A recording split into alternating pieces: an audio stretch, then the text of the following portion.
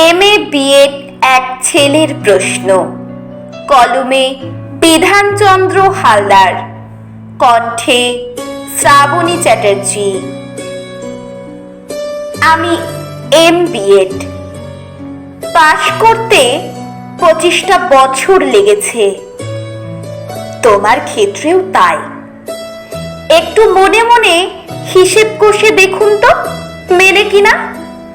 মাধ্যমিক 16 বছর, উচ্চ মাধ্যমিক 18, অনার্স 21, এমএ 23, এমনকি বিএড 25। 12 বছর কোনো পরীক্ষা হলো না। 16 সালে যদিও বা একটা পরীক্ষা হলো, সেটা ঝুলে রয়েছে সুপ্রিম কোর্টে। তুমি বলছো আমার কোনো দোষ নয়, সে বলছে আমার কোনো দোষ নয়। আকাশ বলছে আমার কোনো দোষ নয়, বাতাস বলছে আমার কোনো দোষ নয়, পাহাড় বলছে আমার কোনো দোষ নয়, ঝর্ণা বলছে আমার কোনো দোষ নয়, চাঁদ বলছে আমার কোনো দোষ নয়, সূর্য বলছে আমার কোনো দোষ নয়, আইন বলছে আইন আইনের পথেই চলবে।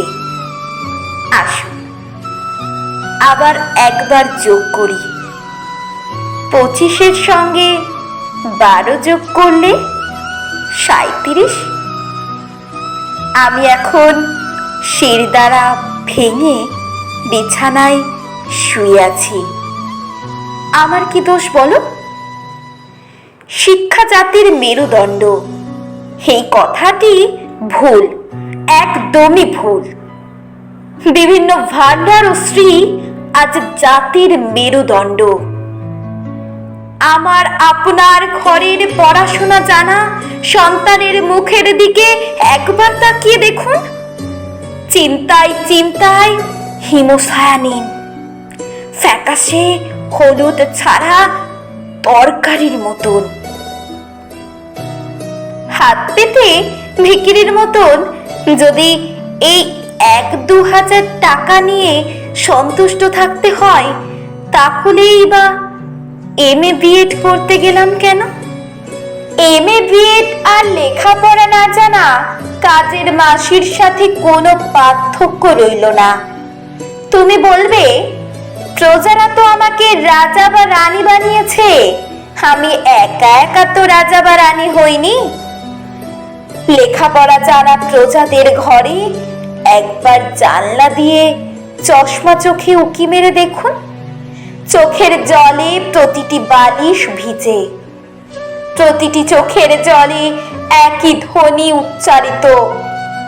আমরা অবশ্যই শ্রী চাই, আমরা অবশ্যই ভান্ডার চাই, তবে সবার আগে শিক্ষাশ্রী, সবার আগে শিক্ষার ভান্ডার, নইলে মুড়ি মুড়কি মিলে মিশে একাকার। তুমি সেদিন বুঝবে যেদিন তোমার সন্তান চোখের জলে আমারই মতন বালিশ ভেজাবে। এখনো সময় আছে, আসুন সবাই মিলে শিক্ষার ভান্ডার গড়ে তুলি শিক্ষাশ্রী। তুমি আমি আগামীতে বাঁচতে, নইলে মনের মণিকোঠায় হিরোশিমা নাগাসাকি হতে খুব বেশি দেরি নেই।